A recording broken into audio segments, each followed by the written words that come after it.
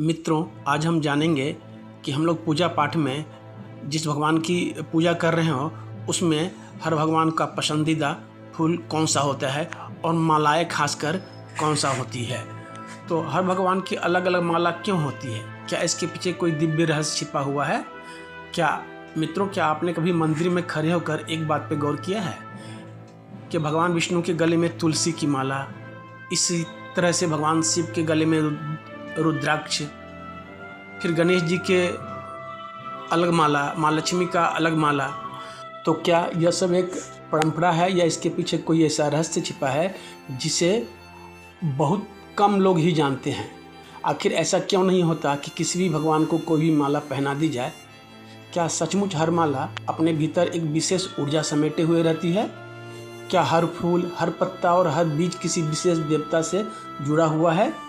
और यदि भूल से किसी देवता को अनुचित माला अर्पित कर दी जाए तो क्या उसका कोई प्रभाव पड़ता है? आज की इस विशेष डॉक्यूमेंट्री में हम इन्हीं रहस्यों की परतें खोलेंगे। तो हम जानेंगे कि आखिर किस देवी देवताओं को कौन सी माला सबसे अधिक प्रिय मानी जाती है, इसके पीछे कौन सी पौराणिक कथा छिपी है, और वह माला केवल एक ही सजावट नहीं बल्कि एक आध्यात्मिक संदेश कैसे बन जाती है। लेकिन इस रहस्य को समझने से पहले हमें यह जानना होगा कि भारतीय सनातन परंपरा में माला का अर्थ आखिर है क्या? माला होती क्या है? क्या माला केवल फूलों की एक डोरी है या फिर यह मनुष्य और ईश्वर के बीच प्रेम, समर्पण और श्रद्धा का ऐसा सेतु है जो हजारों वर्षों से हमारी संस्कृति का हिस्सा रहा है? प्राचीन ऋषियों ने कहा है, जब कोई भक्त किसी देवता को माला अर्पित करता है तो वह केवल फूल नहीं चढ़ाता, वह अपने मन के भावों को एक एक पुष्प में पिरोकर भगवान के चरणों में समर्पित करता है। इसलिए सनातन धर्म में माला को प्रेम, श्रद्धा, विजय और समर्पण का प्रतीक माना गया है। लेकिन यहीं से शुरू होता है कि ऐसा रहस्य जिसे जानकर आप शायद अगली बार पूजा करते समय पहले की तरह कोई भी माला नहीं चढ़ाएंगे, क्योंकि हर देवता का स्वभाव अलग है, उनकी ऊर्जा अलग है और उसी के अनुसार उनकी प्रिय माला भी अलग मानी गई है। सबसे पहले हम बात करेंगे उस माला की जिसे स्वयं भगवान विष्णु के हृदय का आभूषण कहा गया है, जिसके बिना उनकी पूजा अधूरी मानी जाती है। तुलसी की माला, एक साधारण सा पौधा भगवान विष्णु को आखिर इतना प्रिय कैसे बन गया? क्या इसके पीछे केवल भक्ति है या फिर एक ऐसा त्याग, एक ऐसा व्रत और एक ऐसा श्राप छिपा है जिसने इतिहास ही बदल दिया? आज भी यदि आप किसी भी विष्णु मंदिर में जाएं तो पाएंगे कि भगवान विष्णु, श्री कृष्ण और श्री राम को तुलसी दल और तुलसी की माला अवश्य अर्पित की जाती रही है। लेकिन प्रश्न यह है कि एक साधारण सा पौधा भगवान के लिए इतना प्रिय कैसे बन गया? इस प्रश्न का उत्तर हमें पुराणों में वर्णित वृंदा की कथा में मिलता है। कहा जाता है कि बहुत समय पहले एक महान पतिव्रता स्त्री थी, नाम वृंदा। उनके पति थे पराक्रमी असुर राक्षस जलंधर। जलंधर की शक्ति केवल उसके पराक्रम में नहीं थी, उसके सबसे बड़ी रक्षा कवच थी उसके पास उसकी पत्नी वृंदा का अटूट पतिव्रत होना। जब तक वृंदा का सतीत्व अक्षुण्ण रहा तब तक देवता भी जलंधर को पराजित नहीं कर सके। देवताओं ने भगवान विष्णु से सहायता की प्रार्थना की। लोक मान्यताओं, पुराणों में वर्णित कथा के अनुसार धर्म की रक्षा के लिए भगवान विष्णु ने जलंधर का रूप धारण किया। वृंदावन का पतिव्रत इससे भंग हुआ और उसी क्षण भगवान शिव जलंधर का वध करने में सफल हुए। जब वृंदा को सत्य का ज्ञान हुआ तो वे अत्यंत दुखी हुई। उन्होंने भगवान विष्णु को श्राप दिया, जिस प्रकार मेरा जीवन विरह से भर गया है उसी प्रकार आपको भी अपनी पत्नी से वियोग सहना पड़ेगा। धार्मिक मान्यताओं, परंपराओं में माना जाता है कि यही श्राप आगे चलकर भगवान राम और माता सीता के वियोग से भी जुड़ गया। हालांकि विभिन्न पुराणों में इस कथा के अलग अलग रूप मिलते हैं। श्राप देने के बाद वृंदा ने अपना शरीर त्याग दिया। जहां उनकी देह गिरी वहीं से एक दिव्य पौधे का जन्म हुआ। वह पौधा था तुलसी। भगवान विष्णु को अपने इस किए गए कर्म का गहरा दुख हुआ। उन्होंने घोषणा की, आज से तुलसी मेरे लिए सबसे प्रिय होगी। जो भक्त मुझे तुलसी अर्पित करेगा उसकी पूजा मैं प्रेम पूर्वक स्वीकार करूँगा। तभी से तुलसी केवल एक औषधीय पौधा नहीं रहा, बल्कि वह भक्ति, पवित्रता और समर्पण का जीवंत प्रतीक बन गई। इसी कारण वैष्णव परंपरा में तुलसी की लकड़ी से बनी माला धारण करने का विशेष महत्व बताया गया है। मान्यता है कि तुलसी की माला धारण करने वाला व्यक्ति हर समय भगवान विष्णु के स्मरण से जुड़ा रहता है। लेकिन यहाँ एक और रोचक बात सामने आती है। क्या आपने कभी सोचा है भगवान शिव को तुलसी क्यों नहीं चढ़ाई जाती, जबकि वे स्वयं भगवान विष्णु के परम भक्त माने जाते हैं? और फिर भगवान शिव के गले में रुद्राक्ष क्यों दिखाई देता है? क्या रुद्राक्ष केवल एक बीज है, या फिर वह स्वयं भगवान शिव के आंसुओं से उत्पन्न हुआ एक दिव्य प्रतीक है? तो आइए हम जानते हैं कि रुद्राक्ष की उत्पत्ति की वह अद्भुत कथा, जिसे सुनने के बाद शायद आप रुद्राक्ष को कभी साधारण बीज नहीं समझेंगे। तो मित्रों, रुद्राक्ष का रहस्य भगवान शिव के आंसुओं से जुड़ा हुआ है और इसका जन्म भी भगवान शिव के आंसुओं से ही हुआ है। लेकिन अब समय है उस रहस्य को जानने का जो सदियों से भगवान शिव की पहचान बन चुका है। आपने लगभग हर शिव मंदिर में भगवान शिव के गले में रुद्राक्ष की माला अवश्य देखी होगी। इतना ही नहीं, आज भी लाखों साधु संत और शिव भक्त रुद्राक्ष धारण करते हैं। लेकिन क्या रुद्राक्ष केवल एक बीज है, या इसके पीछे कोई ऐसी दिव्य कहानी छिपी हुई है जिसने इसे सनातन धर्म के सबसे पवित्र प्रतीकों में से एक में स्थान दिलाया? शिव पुराण में एक प्रसिद्ध मान्यता है। कहानी के अनुसार एक समय समस्त संसार के कल्याण के लिए भगवान शिव हजारों वर्षों तक गहन तपस्या में लीन रहे। जब उन्होंने अपनी समाधि खोली तो उनकी दृष्टि समस्त प्राणियों के दुख पर पड़ी। करुणा से उनका हृदय भर आया। कहा जाता है कि उनकी आंखों में आंसू की कुछ बूंदें आई जो कि पृथ्वी पर गिरी। समय बीतने पर उन्हीं स्थानों पर एक विशेष वृक्ष पेड़ उगाया। उस पेड़ के फल के भीतर जो कठोर बीज था उसे ही रुद्राक्ष कहा गया। रुद्र अर्थात भगवान शिव और अक्ष अर्थात आंसू या नेत्र। यही कारण है कि रुद्राक्ष को भगवान शिव की करुणा का प्रतीक माना जाता है। ध्यान देने वाली बात यह है कि यह कथा धार्मिक मान्यता पर आधारित है। वैज्ञानिक दृष्टि से रुद्राक्ष एक वृक्ष का बीज है, लेकिन सनातन परंपरा में उसका आध्यात्मिक महत्व अत्यंत ही ऊंचा माना गया है। इसलिए शिव भक्त रुद्राक्ष को केवल आभूषण नहीं बल्कि साधना का एक पवित्र माध्यम मानते हैं। बिल्कुल पवित्र, शुद्ध। कहा जाता है कि जब कोई साधक रुद्राक्ष धारण करके ओम नमः शिवाय का जप करता है तो उसका मन धीरे धीरे अस्थिर होने लगता है।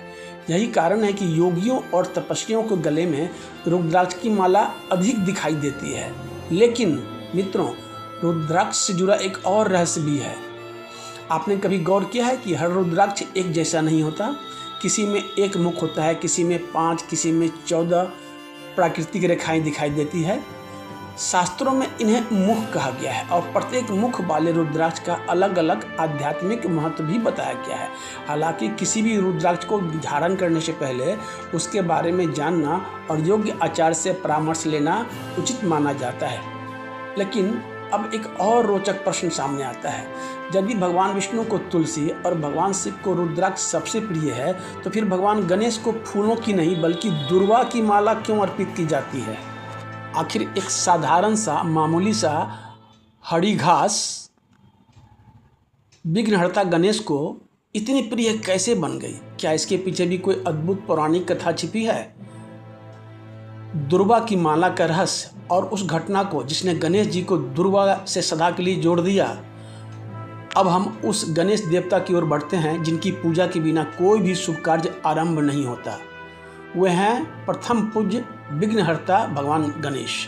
यदि आपने कभी गणेश जी की पूजा ध्यान से देखी हो तो एक बात अवश्य गौर की होगी, उन्हें गुलाब, कमल या चमेली के फूल तो चढ़ाए जाते हैं, लेकिन सबसे अधिक महत्व दिया जाता है दुर्वा को।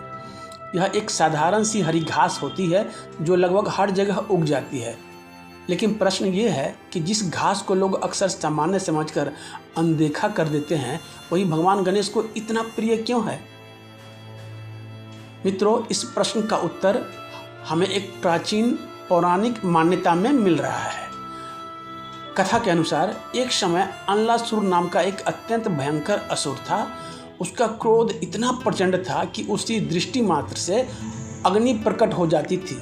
जहां वह जाता वहां भय, विनाश और हाहाकार फैल जाता। देवता, ऋषि और मनुष्य सभी उसकी शक्ति से भयभीत हो गए। अंततः सभी ने भगवान गणेश की शरण ली। गणेश जी ने संसार की रक्षा के लिए अनलासुर का सामना किया। युद्ध हुआ। युद्ध के बाद उन्होंने उस असुर को पूरा का पूरा गणेश जी ने निगल लिया। इससे संसार तो बच गया, लेकिन अनलासुर की अग्नि भगवान गणेश के शरीर के भीतर धधकने लगी। उनके शरीर का ताप इतना बढ़ गया कि देवता चिंतित हो उठे। सब ने अपने अपने उपाय किए। चंद्रमा ने भी शीतलता देने का प्रयास किया। ऋषियों ने मंत्रों का जप किया। देवताओं ने अमृत तुल्य जल अर्पित किया, लेकिन फिर भी कोई उपाय सफल नहीं हुआ। तभी कुछ महर्षियों ने भगवान गणेश के मस्तक पर और उनके शरीर पर 21 दुर्वा की पत्तियां अर्पित कर दी।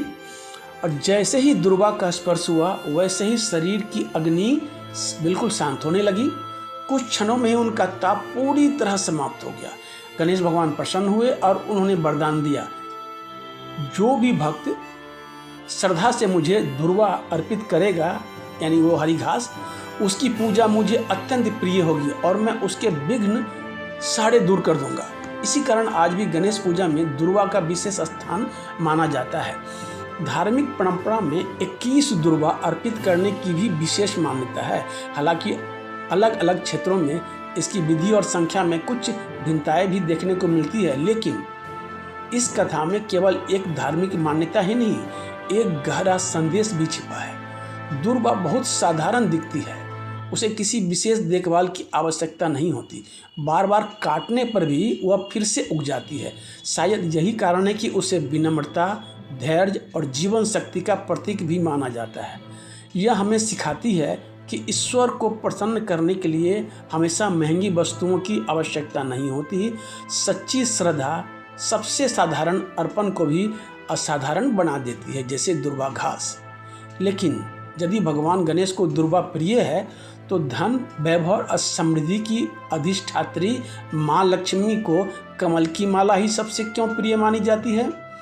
क्या केवल इसलिए वे कमल पर विराजमान हैं, या फिर कमल के प्रत्येक पुष्प में ऐसी कोई आध्यात्मिक रहस्य छिपा है जो धन से कहीं अधिक मूल्यवान है?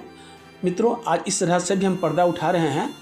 अब हम पहुंचते हैं उस देवी के चरणों में जिनकी कृपा पाने की इच्छा हर मनुष्य करता है। वे हैं धन, समृद्धि, सौभाग्य और ऐश्वर्य की अधिष्ठात्री माँ लक्ष्मी देवी। यदि आपने कभी माँ लक्ष्मी की प्रतिमा या चित्र को गौर से देखा हो, तो एक बात अवश्य महसूस की होगी कि वे कमल के आसन पर विराजमान रहती हैं। उनके हाथों में भी कमल रहता है और अनेक स्थानों पर उन्हें कमल की माला भी अर्पित की जाती है। लेकिन क्या यह केवल एक संयोग है, या फिर कमल और माँ लक्ष्मी का संबंध सृष्टि के आरंभ से ही जुड़ा हुआ है?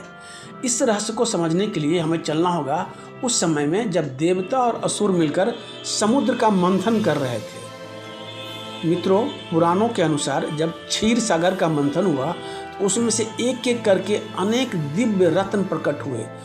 कामधेनु, ऐरावत, कौस्तुभ, मणि, चंद्रमा और फिर एक दिव्य प्रकाश के बीच प्रकट हुई माँ लक्ष्मी। कहा जाता है कि जब वे प्रकट हुई तो उनके चरणों के नीचे एक पूर्ण विकसित कमल खिल उठा। यहीं से कमल माँ लक्ष्मी का शाश्वत प्रतीक बन गया। लेकिन यहाँ एक और गहरा दिव्य रहस्य है। क्या आपने कभी सोचा है, कमल ही क्यों, गुलाब क्यों नहीं, चमेली क्यों नहीं? स्वयं प्रकृति इसका उत्तर देती है। कमल का जन्म होता है कीचड़ में, लेकिन उस कीचड़ का एक भी दाग अपने ऊपर नहीं आने देता। वह जल में रहता है, लेकिन जल उसे भिगो नहीं पाता। शायद इसी कारण सनातन दर्शन में कमल को केवल एक फूल नहीं, बल्कि निर्मल जीवन का प्रतीक माना गया है। माँ लक्ष्मी मानो हमें संदेश देती है, संसार में रहो, धन कमाओ, सफल बनो, लेकिन अपने मन को लोभ और अहंकार की कीचड़ से कभी मत भरने देना। यही कारण है कि कमल धन से अधिक पवित्र और समृद्धि का प्रतीक माना जाता है। धार्मिक परंपरा में यह भी माना जाता है कि शुक्रवार, दीपावली और कोजागरी पूर्णिमा जैसे अवसरों पर कमल अर्पित करना अत्यंत शुभ माना जाता है।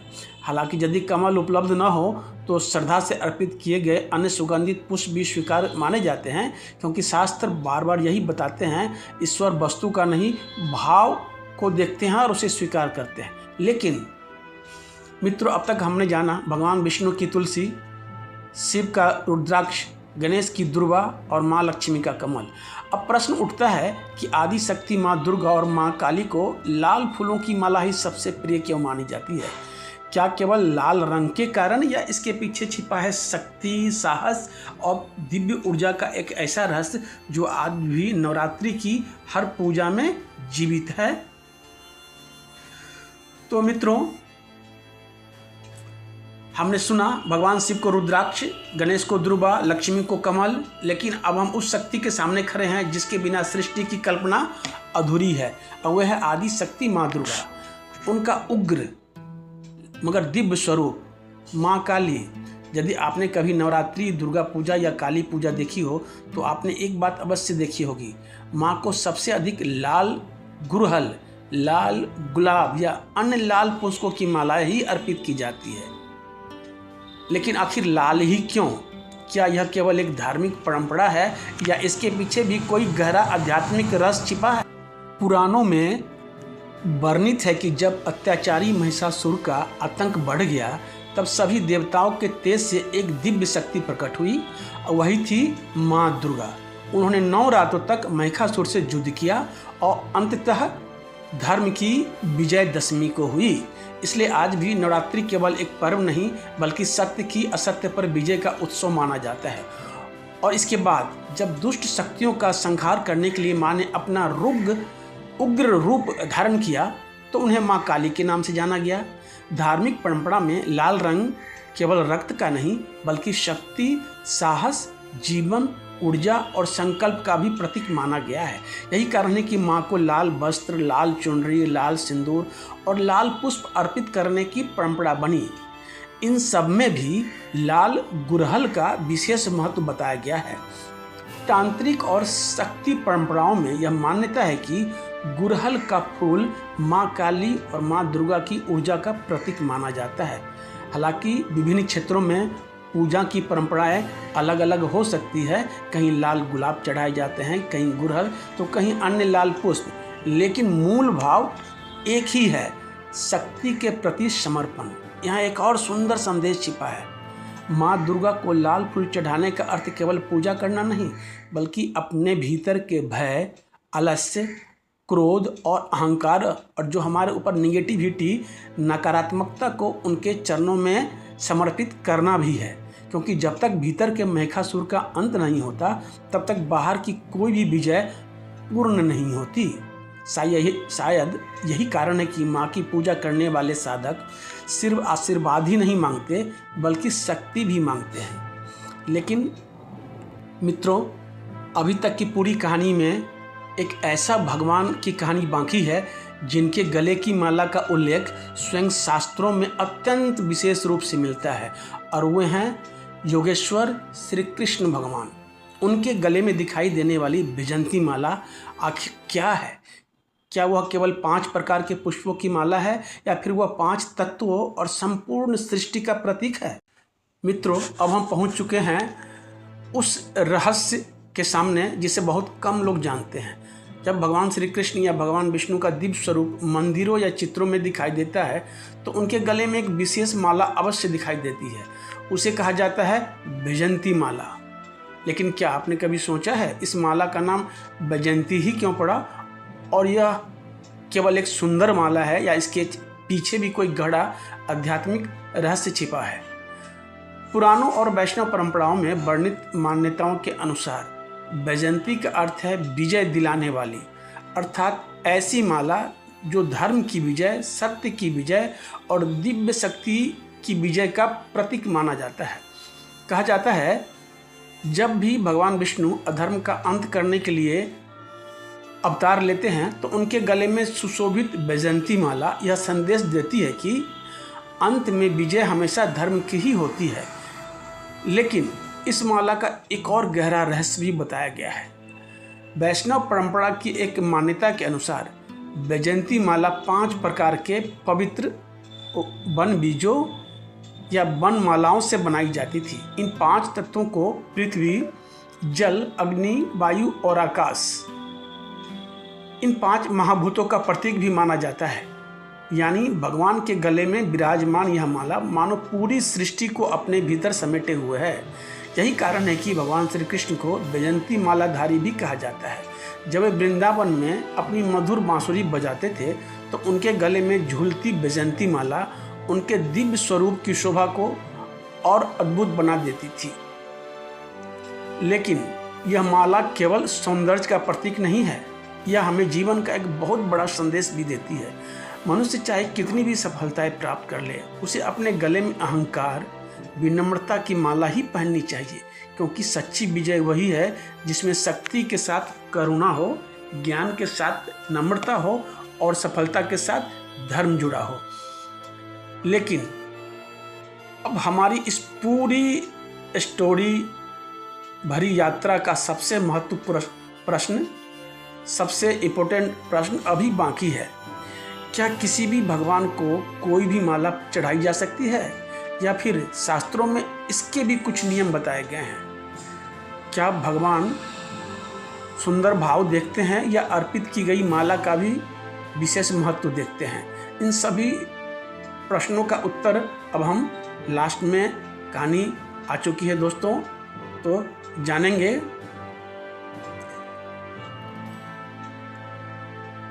सनातन धर्म हमें बहुत ही सुंदर तरीके से इन सारी चीज़ों की जानकारी देता है। शास्त्रों में प्रत्येक देवी देवता के लिए कुछ विशेष पुष्प, पत्ते और मालाओं का उल्लेख मिलता है, क्योंकि हर देवता का स्वरूप, उनकी ऊर्जा और उनकी उपासना की परंपरा अलग अलग है। इसी कारण भगवान विष्णु को तुलसी अर्पित करने का विशेष महत्व बताया गया है। भगवान शिव को बेलपत्र और रुद्राक्ष प्रिय माने गए हैं। भगवान गणेश को दुर्वा और माँ लक्ष्मी को कमल।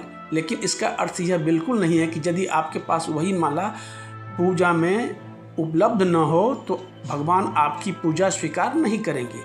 सनातन धर्म का सबसे बड़ा संदेश है, ईश्वर वस्तु से पहले हर भक्त का भाव देखते हैं, विचार देखते हैं, श्रद्धा देखते हैं, जो कि सच्ची होनी चाहिए। तो एक साधारण सा पुष्प भी भगवान को प्रिय हो जाता है। और यदि मन में अहंकार हो तो सोने चांदी के आभूषण भी पूजा को पूर्ण नहीं बना सकते। यही कारण है कि हमारे ऋषि मुनियों ने हमेशा भक्ति को सामग्री से ऊपर ही रखा है। और हाँ, जहाँ तक संभव हो शास्त्रों में बताए गए नियमों का पालन अवश्य करनी चाहिए, क्योंकि वे केवल परंपराएं नहीं बल्कि सदियों के आध्यात्मिक अनुभवों का एक सार होता है। मित्रों, अब शायद आप समझ गए होंगे कि मंदिरों में दिखाई देने वाली हर माला केवल फूलों की एक डोरी नहीं होती, उसके पीछे होती है उस माला से जुड़ी हुई एक कथा, उस फूलों से जुड़ी हुई एक कथा, एक आस्था, एक संदेश, और कभी कभी पूरा का पूरा इतिहास छिपा होता है। तो जब अगली बार आप किसी मंदिर में जाएं और भगवान के गले में सजी माला को देखें तो कोई केवल उसे एक सजावट समझकर आगे मत बढ़ जाइए। एक क्षण रुकिए और सोचिए, इस माला के पीछे भी शायद कोई ऐसी कहानी होगी जो हमें ईश्वर के और भी निकट ले जा सकती है, उनके समीप ला सकती है। साथियों, इसी विचार के साथ हम इस दिव्य डॉक्यूमेंट्री यात्रा को यहीं विराम देते हैं। हम प्रभु से यही कामना करते हैं कि उनकी असीम कृपा आप सभी श्रोता और आपके परिवार पर सदैव बनी रहे। यदि आपको आज की यह कथा और इसमें बताए गए आध्यात्मिक रहस्य पसंद आए हों तो कृपया हमारे चैनल को अभी सब्सक्राइब करें और वीडियो को लाइक कर दें, और इसे अपने परिवार तथा मित्रों के साथ अवश्य साझा करें ताकि सनातन धर्म का विस्तार हो और यह ज्ञान अधिक से अधिक लोगों तक पहुंच सके। मित्रों, आपका एक एक सहयोग हमें ऐसी ही दिव्य और ज्ञानवर्धक कथाएं लेकर आने की प्रेरणा देता है। और इसी मंगल कामना के साथ हम सब आप मिलकर बोलते हैं प्रेम से, राधे राधे, जय श्री राम, जय हिंद, जय भारत।